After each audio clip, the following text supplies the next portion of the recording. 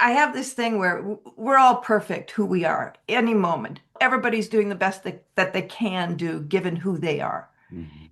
And when you start with that kind of theory about people, the judgment drops away. And people can hear you if you're not speaking with judgment. Welcome back to the Perpetual Growth Podcast, where we explore the strategies, insights, and stories that help you to grow your business, strengthen your relationships, and elevate your life. If this is your first time tuning in, make sure to follow the show so you never miss an episode. Every week, we sit down with leaders who challenge conventional thinking and help us become stronger, wiser, and more intentional. Today's guest is someone who has spent more than 3 decades shaping the way leaders think, communicate, and create lasting impact. Dr. Sherri Malouf, president of the Strategic Soft Skills Institute and one of the leading scholar practitioners in the world of leadership development, negotiation, conflict resolution, and emotional intelligence. Sherri has spent 35 plus years working with leaders across the globe, helping them understand not just how they behave, but why they behave the way they do. Her work sits at the intersection of human behavior, psychology, organizational dynamics, and leadership influence. She's trained executives, transformed teams, and helped organizations navigate everything from personality conflicts to complex political environments. She's known for her ability to tell leaders the truth, objectively, accurately, and with a depth that makes change inevitable. Her clients describe her as insightful, tough, and profoundly helpful. Today, we're going to dive into subjects like why smart leaders still fail when it comes to working with people, the hidden dynamics that shape influence, followership, and emotional impact, how ego, blame, and blind spots sabotage leadership, why conflict, if handled correctly, becomes a catalyst for growth, and how leaders can expand their self-awareness to move further, faster, with less friction. So this is going to be a powerful conversation. Sherri, welcome to the Perpetual Growth Podcast. Well, thanks, Zach. Thanks for having me here. It's a pleasure to be here, and hello to all your listeners out there. Thank you. Well, I'm excited to have you. Sherri, I always like to start with this because I think it reveals a lot about who someone really is beyond their title or accomplishment. So, what does growth mean to you right now in this season of your life? That's very funny. Uh, I guess so. My cousin called me. I hadn't talked to him for a little while, and he told me that he was reading a book called A Soul's Journey Hmm. by Dr. Newton. I don't know Hmm. if you're familiar with this book. Have you I'm heard of not actually. it? Okay, so uh, he does sort of past life regression therapy with people. That's what he Mhm. started doing. And Mhm. then he decided that he wanted to find out what happens between lives, between incarnations. And so he had this whole, uh, his book is basically tons of people that he's done this with. And he ended up getting very similar stories coming out of different people. So that's why he wrote the book, Mhm. because he thought people would be interested in it. It's the tunnel and the light, and there's people there to greet you, your guide, your favorite people when you get there because you're a little disoriented and all this stuff. But then you go into pods, and these pods um, have people or souls that are at the same level as you are. So, and they described it as just all these groups of souls hanging out together. And sometimes they incarnate together and sometimes they don't. But you're there according to your level of soul development. And I said, darn it, I thought at least when you died you could, get a rest, get relaxed. You don't have to change all the time, constantly. But I guess even after death, we got to keep figuring out who we are, reinventing ourselves, figuring out why we're reacting again. And I was like, there's no rest for the weary. Yeah. No kidding. I don't know if I find that notion exciting or terrifying. That's interesting. It was so interesting to watch myself react to that because I'm like, darn. Mhm. No kidding. No kidding. I find your particular field so fascinating because I mean, thinking back to my personal leadership journey, I took over a company at 19 years old. I had no real formal business schooling, no real mentorship, and I had to figure out a lot of stuff the hard way. And I can, wholeheartedly say, and I'm willing to admit that the worst mistakes I made through probably the first decade of my professional career were more often than not leadership mistakes. I was modeling what I had seen in the environment that I'd grown up in, and it was, more or less I'm the owner, so you do what I say. And I learned very quickly that that's not really the best way to lead people. And I started to see this on multiple fronts too. It wasn't just the people that I led, but even clients, because in that past life I was in the health and wellness industry, and I love that we mentioned this. It's like one of the things you seek to understand is the why. You know, why do we do the things that we do? And as that pertained to health, it was like what I realized very quickly is I can be the expert of all these things. I can have every tool, asset, resource available in my mind and in my utility belt. But the reality is, if that person doesn't have the desire to change now, they're not likely to persevere and develop the new habits and ultimately transform the body, the vessel that is there. So, I mean, the way I've always, or I guess I have evolved to look at leadership is we have to learn to lead ourselves first before we else. And then we can learn to lead an individual, on a one-to-one basis. And then a third level of leadership in my mind is then learning to lead groups.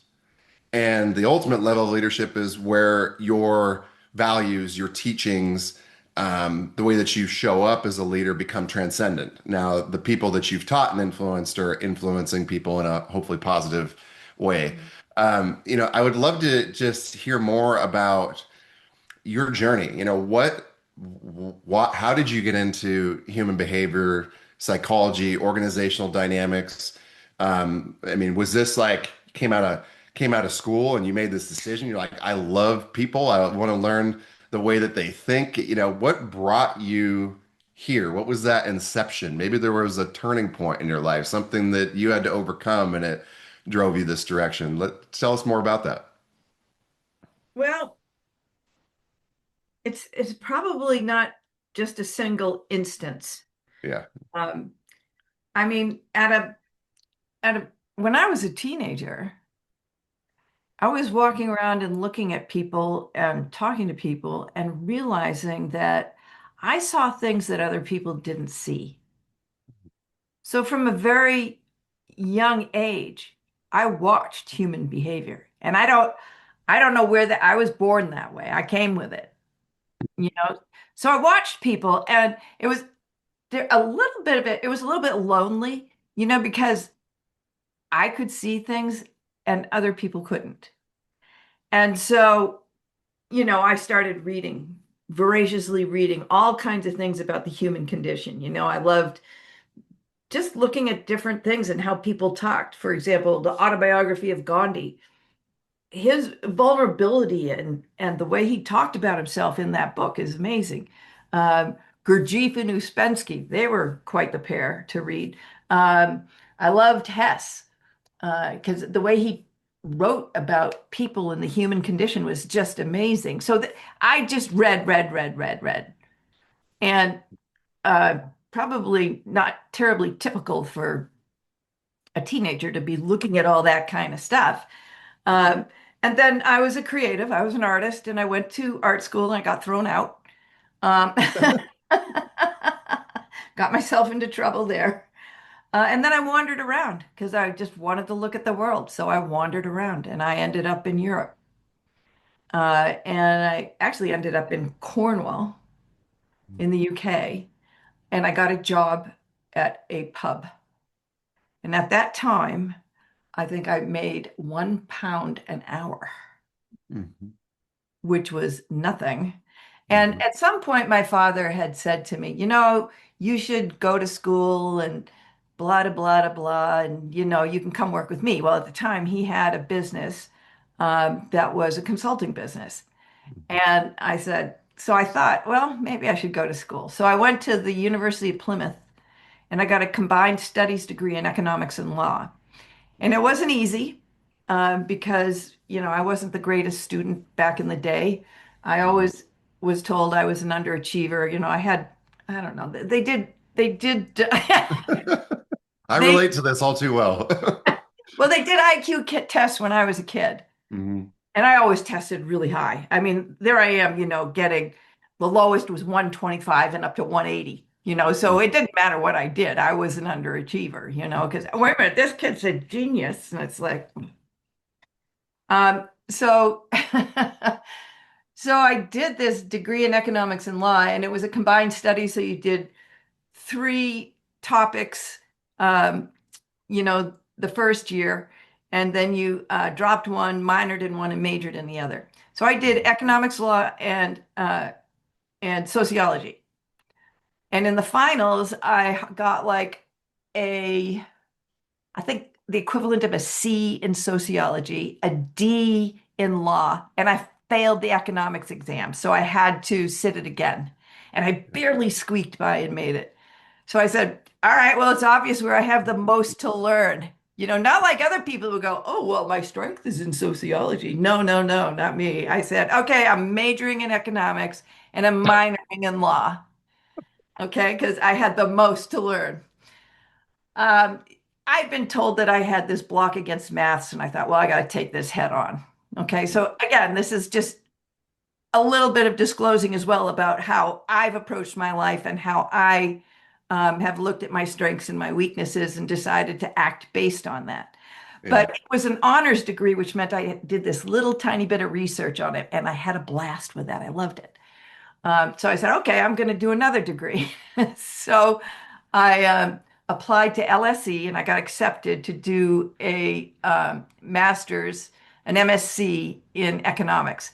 And I thought, oh my goodness, I don't want to have to go up to London and sit in a huge hall with some British guy up there, talking about economics. I thought, oh, my brain would just turn into a raisin or something. So I also got accepted to the University of Bath, and they approved me for an MPhil in management research. So I basically wrote a thesis. I basically wrote a book, and I had no classes, and it took me about 3 years to do it. Mhm. And the typical of the Brits, yeah, you got your degree. I said, okay, that's it. Oh, well, the external examiner recommended that you publish your results. And I went, oh, okay. And this was high, high praise, but I was so burnt out on writing. I said, no, not going to do that. So, so now my father said to me, well, you should go see this guy, Walt Hopkins. And I said, okay. And he was a career guy, he helped people with careers. And he said, oh, you should train the positive power and influence program. I think you'd be really good at it. And I went, okay. So that's how it began. That's fascinating. That's how it began. I mean, it's sorry, it was kind of a long story, but there wasn't like a single event that got me there. Uh, Hmm. but the program is an amazing way to help people understand their behavioral patterns. And the only way you can train this program is to face your own, right?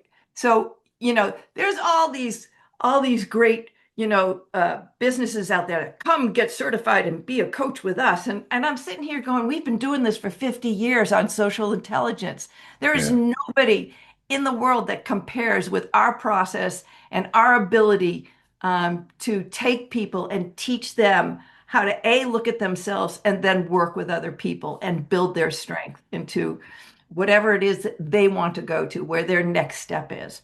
But Yeah. it takes being such a centered and present person to be able to observe another person's behavior and not be attached to them changing. Hmm.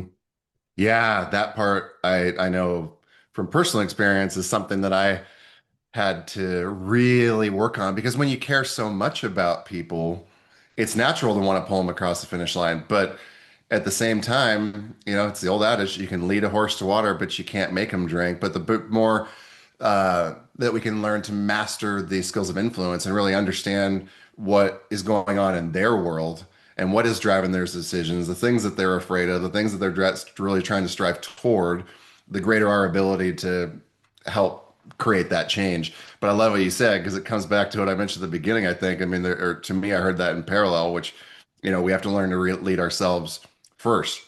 And I think if we don't have that practice, or if we haven't mastered that skill, you're a bit of a charlatan. I mean, or a philosopher. It's like you've studied the thing, but if you haven't integrated it into your own life, how are you ever going to be as effective at helping someone to integrate it into theirs? What was the the turning point for you where you said this is the thing, like this is my lifelong career? Actually, I guess I want to ask that. Let's go back to exactly what you said. Was that the first awareness that you had? Did you realize like, wow, I this actually has to start with me? And was that an exciting or a daunting process? Well, it's an interesting thing because um, I actually got such a huge insight because the first step in the process is you have to attend the program, Hmm. right? And so I attended the program. I actually attended it in Britain. And um, there's one influence style called asserting, which is where you state what you want. And I grew up with a mother who would never come out when we were kids and say, here's what I want. It was always implied, or guilt was used, or, there was all these sort of indirect ways that the message came through. And when I learned that all I had to do was go, I want, it's like this monster was born. It's like, oh my gosh, I felt such freedom. It was amazing to me. And just that simple thing, you know.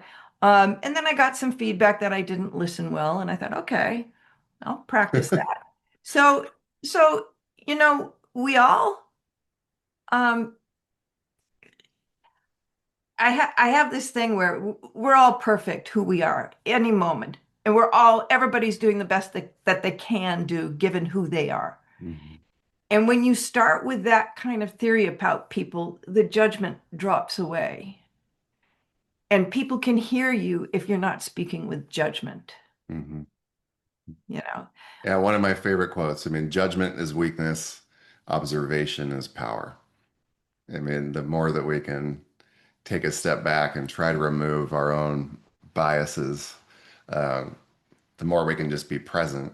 And I think that leads to something that's interesting to me from a standpoint of leadership, and you kind of touched on it, but I would love to hear you expand on it, is there's power in stating what you want. And one thing that I experienced countless times as a business coach, as a consultant, as a speaker, is 99 times out of 100, you ask somebody what they want, and they're going to start telling you everything they don't want.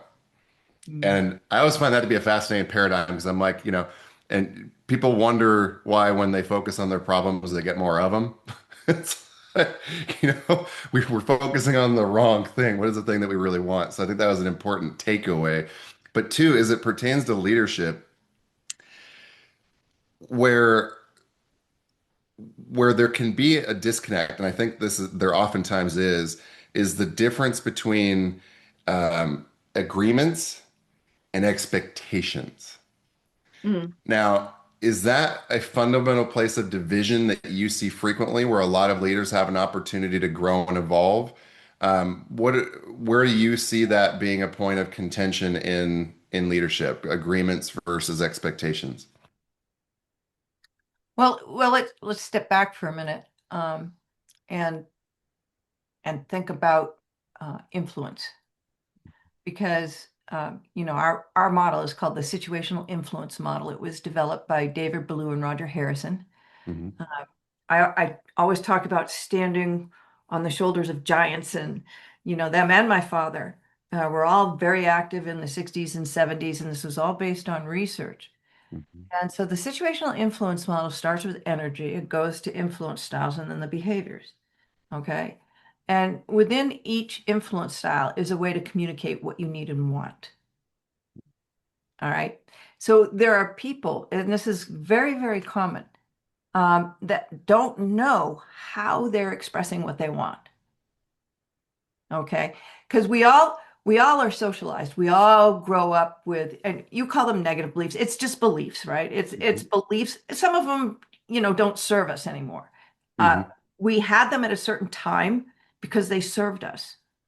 So it's like, how do we get away from these? How do these ones that aren't serving us? So you got to first recognize them and then, let go. But so for example, uh, I will show people there. So they do a questionnaire and they get feedback. They fill it out on themselves and they get feedback from other people, and it's fantastic, right? Mhm. It's 72 questions, so it's not a lightweight thing to do. And you Mhm. can get up to 9 people to fill it out on you. So all of a sudden, you have this incredible tool that gives you feedback on the impact that you're having on other people.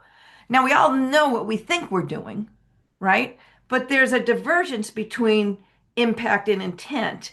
So when you talk about agreement, what's the agreement and how is that agreement formed? Who did you clarify it? Did you provide examples? I mean, how well was that agreement initially formed?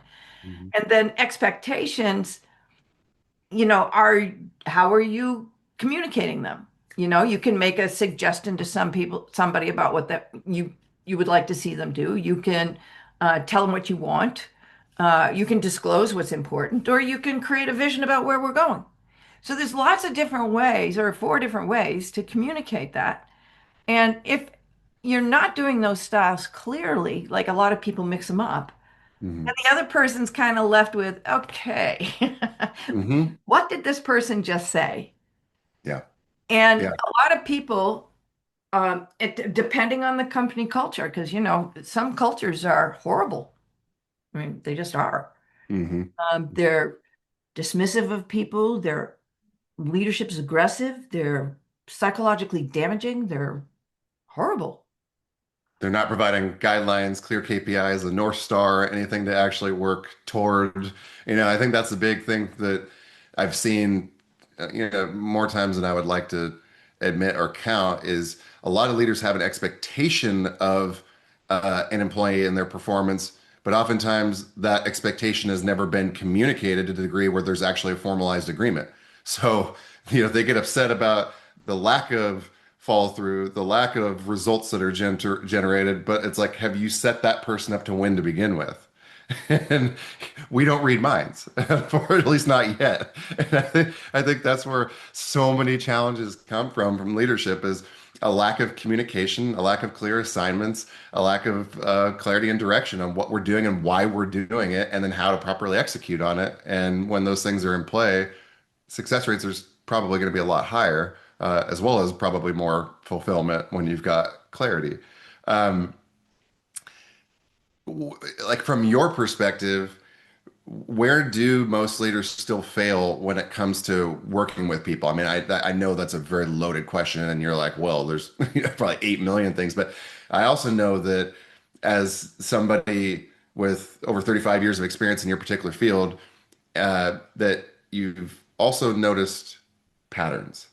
And I have to suspect that there are common patterns that show up in maybe it's just certain environments, like you said, maybe it's certain cultural aspects, maybe it's certain business or industries. But there's also the geographic components. I mean, we have a very different culture in Europe versus the United States versus in the Asiatic countries. Like, talk a little bit more about that if you would. I'd find that really fascinating. Well, we have a sickness. We have a sickness, and it's called, I'm going to logic the heck out of you. I'm just Yeah. going to tell you every reason in the book. I've got all these facts and data, and I'm just going to slam you with that.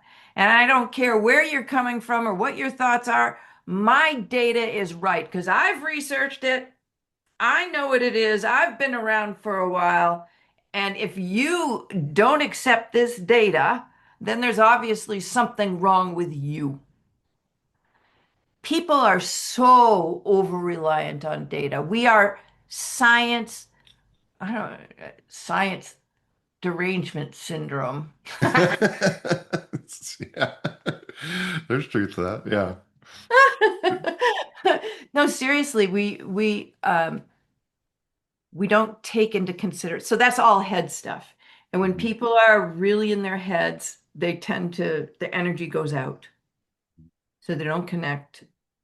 They're not heart to heart with people. They're not present.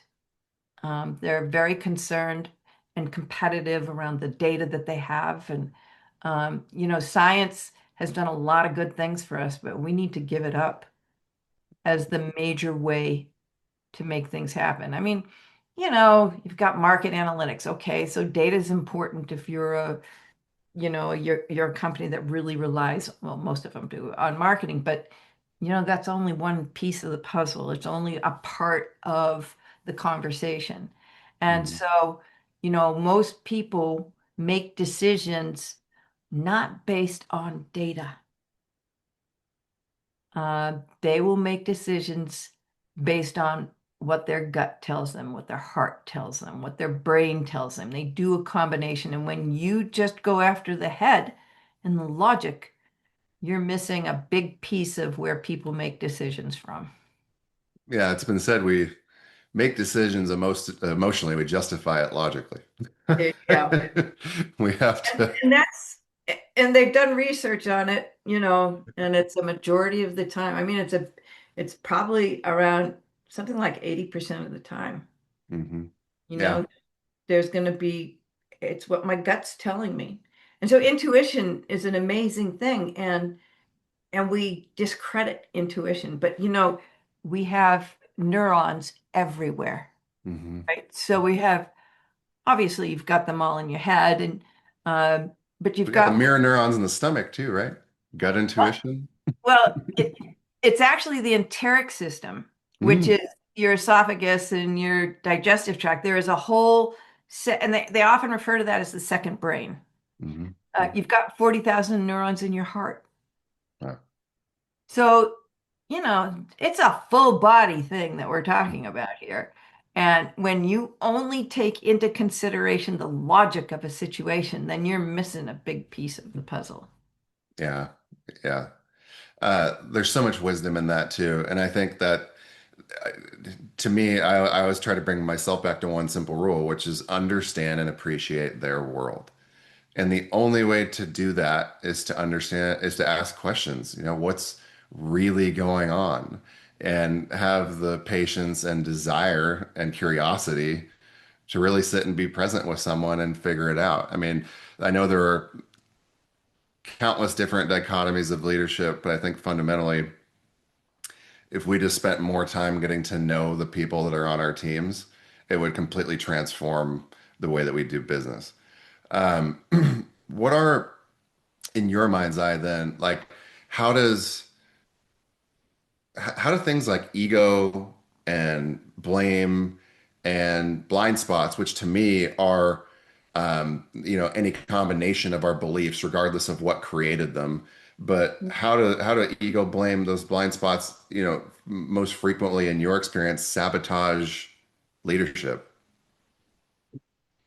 Um, well, I mean, full stop, it sabotages most of your relationships, right? So if, you know, so based on my PhD, I wrote a book called Science in the Leader Follower Relationship.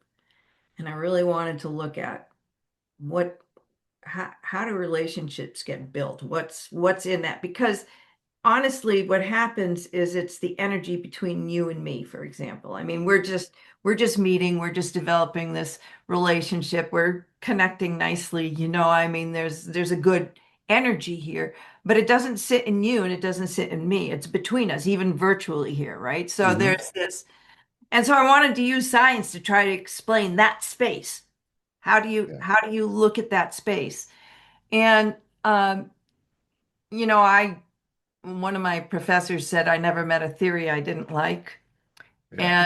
And, typical with women, I wanted to do this with all of it. Hmm. So my chapter two is just like jam packed. Chapter two is your theoretical chapter in a thesis.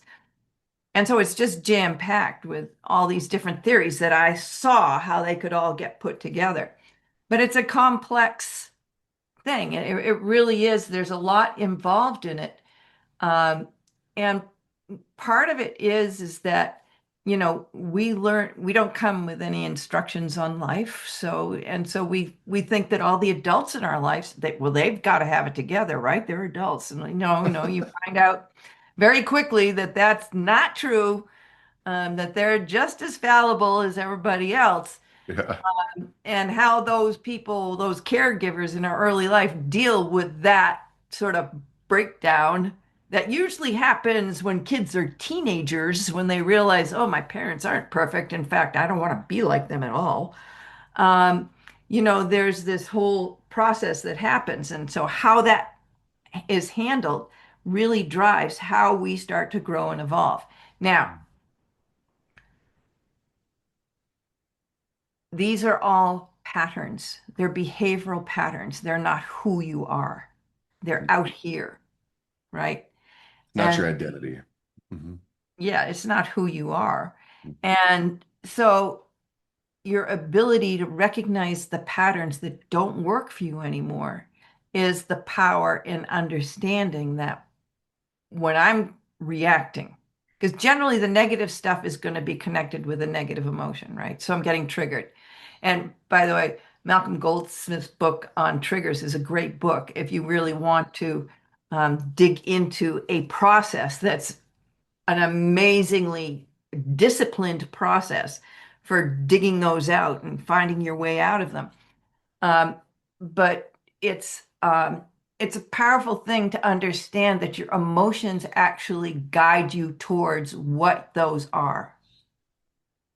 So if I'm in a place where I'm reacting, I can go deeper into that reaction, which a lot of people do, and get angrier, more frustrated, more upset, more whatever I am. Or I stop and I go, huh, I'm reacting. What do I choose to do now? All right. If more people would take that pause and do, what do I need to do right now? And it could be that I need to walk away. I need to disengage from the situation, walk away, do whatever. Um, but that's the power of self-control. I just did this. I just did this whole video around on LinkedIn around self-control and I now call emotional balance. I kind of created this because I thought, we've got emotional intelligence, we've got self-control. So the idea of self-control is that the research shows people with more self-control have bigger networks of people, stronger networks, they're happier, they're more successful, and they're trusted. Mhm. Hmm. Everybody out there wants to have trust. I mean, it's the big thing for the last 10 years. You got to have trust in the organization. There's a lot of lip service to it, but not much um, action behind it because people don't actually know how to do it. Oh, they Yeah. can be told, oh, this is what you need to do. Do this, this, this. So anyway, so there's this ability. So self-control is a muscle. Mhm. The same part of your brain manages all self-control. So it's self-control of your bodily functions, it's self-control of walking, it's self-control of your emotions and your thinking. And it's a muscle. And if you are using up tons of self-control in a day, there's just going to come a point where you lose it. And we all do. I did last weekend, lost it completely. But I'd also, had $5,000 worth of vet bills in 1 week and all kinds of stuff going on. So I was beyond my limit. Mhm. And, I went, oh, look at you. Yeah. So, so the thing is that um, those things, you have to be prepared to make a shift. And the idea of emotional balance isn't that we don't react, because we do. It's do you take that pause? So it's a balance between reaction and self-control, so that you're balanced in the moment. And you know, Is the it book, fair to say that even just a few seconds of pause can have a dramatic impact on your communication, leadership of self, leadership of team.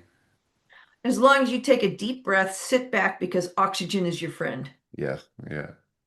Yeah. I mean, Yeah. there's a way that you can center. I mean, most people don't understand how to manage their energy. Hmm.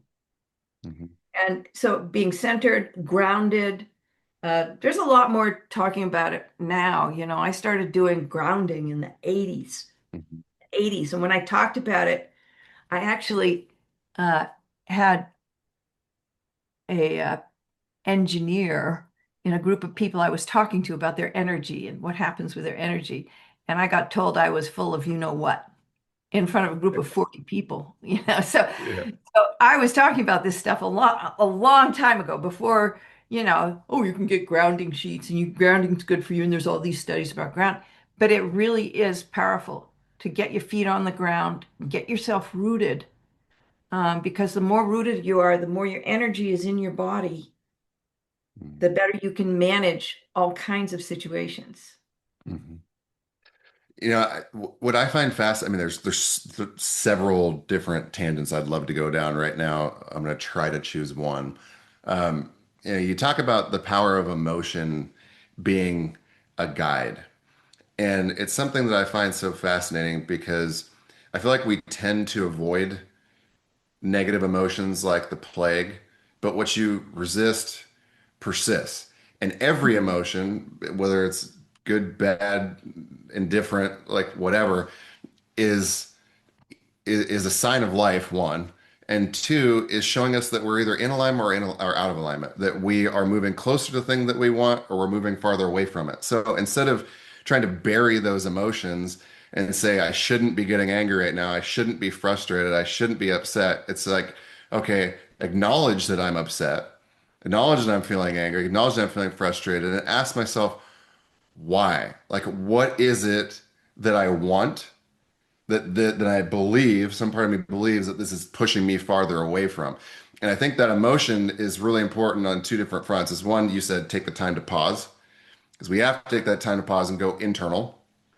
And then two, where is it coming from? Like, what is the thing I actually want? Because we tend to attack the problem without really considering the actual outcome that we want to create. And you can't solve a problem unless you know what the destination is. So I feel like there's so many times where people are going in circles because they're at this in between stage instead of looking at the big picture of where emotions are a guide. And I would love to pick your brain about the well, maybe it's not, but what I would anticipate the overutilization of medications today for depression and anxiety. I'm like, we're muting emotions that are trying to tell us something. Instead of muting those things, isn't there an opportunity to listen to that guide? Aren't we actually burying something? I don't want to dive into that because I could probably spend the next 20, well, probably a lot more than 20 minutes diving into that with you. But as we are running out of time, I would love to hear you answer just a couple of questions. One, what's what's maybe like one simple shift someone could make this week to increase their influence or um, emotional intelligence, or you said the emotional balance? Like, what's that first thing? And you may have just shared it with the pause, but what else? Is there anything else that comes to mind? Well, you were talking about people not being clear on what they want. And when we take people through a process for planning for a difficult situation they need to handle, the very first thing that they do is create an objective. What Mhm. is it that you want? What is your goal? Because if you don't know what you want, you can't make it happen. Mhm. Well, there's a couple of different things. Well, no, choose one thing. And it's got to meet all the criteria for goals, so the SMART goals, that kind of thing. But people generally uh, do a very poor job of writing out what they want, and I have to fix it for them. So get really clear on what you want. And it's not just, I want my boss to treat me better. It's, I want my boss to not interrupt me when we're in team meetings together. Get that clarity Because if I don't have that clarity, my boss is going to maybe give me a voucher for lunch or something. I mean, I need to have a very clear idea of what is it that I want to have changed. Mhm. Yeah. Yeah. Clarity is power. And I think, in its simplicity, it's also one of the things that's most often overlooked. Before we wrap up today, I want to pull out a few big takeaways that I've got from you so far, Sherry. One, self-awareness is really the foundation and influence. It's like leaders can't change behaviors that they refuse to acknowledge. So you got to see yourself clearly, and that's the first competitive advantage, and be really clear on what you want. I also heard you say in not so many words that conflict is not the enemy, it's feedback. It's like handled well, conflict can build relationships, it builds trust, emotional maturity. But when it's avoided, it compounds into resentment and dysfunction. It's like I literally messaged my daughter this morning. She was asked me, "How do I handle this situation with a friend of mine?" I'm like, "Honey, kill the monster while it's small. Like, Yeah. don't let it grow and fester. Have the conversation today and make sure you do it." And I was literally sharing a lot of these same things. I'm like, Remember, understand and appreciate her world. What's really going on with her? Don't come in, try not to come in with judgment, try not to come in attacking. Just get curious. Like, have a conversation and let her talk and just listen. And the third piece I took from you is, the people side of leadership really helps determine the business side, like meetings, decisions, collaboration, culture. Everything improves when leaders understand how people think, how they react, and how they relate, starting with themselves and then ultimately transcending into the team. Is there anything you'd want to add to that? Uh, no, that was a pretty good summary. I mean, really, um, understanding and creating a practice. And I have some videos on. They're like 10-minute videos teaching people how to ground themselves. Mm, And that I can't emphasize enough how that changes lives and gets rid of the need for medication. mm. Interesting. That is really good to know. Um, I'd love to make sure that we get those in the show notes so our guests can find. Are those on LinkedIn or YouTube, or where do you have those at? There's some on YouTube, there's some on our Facebook page, but I can send you all that information. Excellent. That'd be fantastic. Well, here's my final question for you, Sherry. And I ask this to every guest. If someone were to describe your impact 20 years from now, what do you hope they'll say? Ah, she was an unexpected guru. We didn't know she was there all the time. She was a gem hiding. I don't know. I mean, it's like if people could just uh, connect and understand that you don't have to let anything in or out but love, Mhm. that changes everything. I love that. In a world where there is so much polarity and so much division, if we led with the greatest of all human emotions being love, I think, I know this world would be a very different place. I hope more people can find that gift. Well, Sherry, I appreciate the depth, the clarity, real world honesty you brought today. You really have a gift for making leaders think and really helping them transform because of it. So, for everyone listening, if today's conversation challenged you, inspired you, gave you a new way to look at yourself or leadership, make sure you share it with someone who would benefit from it. And be sure to follow the show, leave a review, hit subscribe so you don't miss future episodes like this one. And if you want to learn more about Sherry's work, you can find it or her at strategicsoftsskillsinstitute.com. That's strategicsoftsskillsinstitute.com. Check out her Fast Track to Leadership program or connect directly with Sherry on LinkedIn because she shares powerful insights weekly. Sherry, is there anywhere else that I missed that our readers may be able to get in contact, or those are the best places? That's probably pretty good. I think that was a good summary, Zach. Thank you. You're welcome. Well, again, thank you for joining us on the Perpetual Growth Podcast. And remember, growth doesn't happen by chance, it happens by choice. We'll see you next time.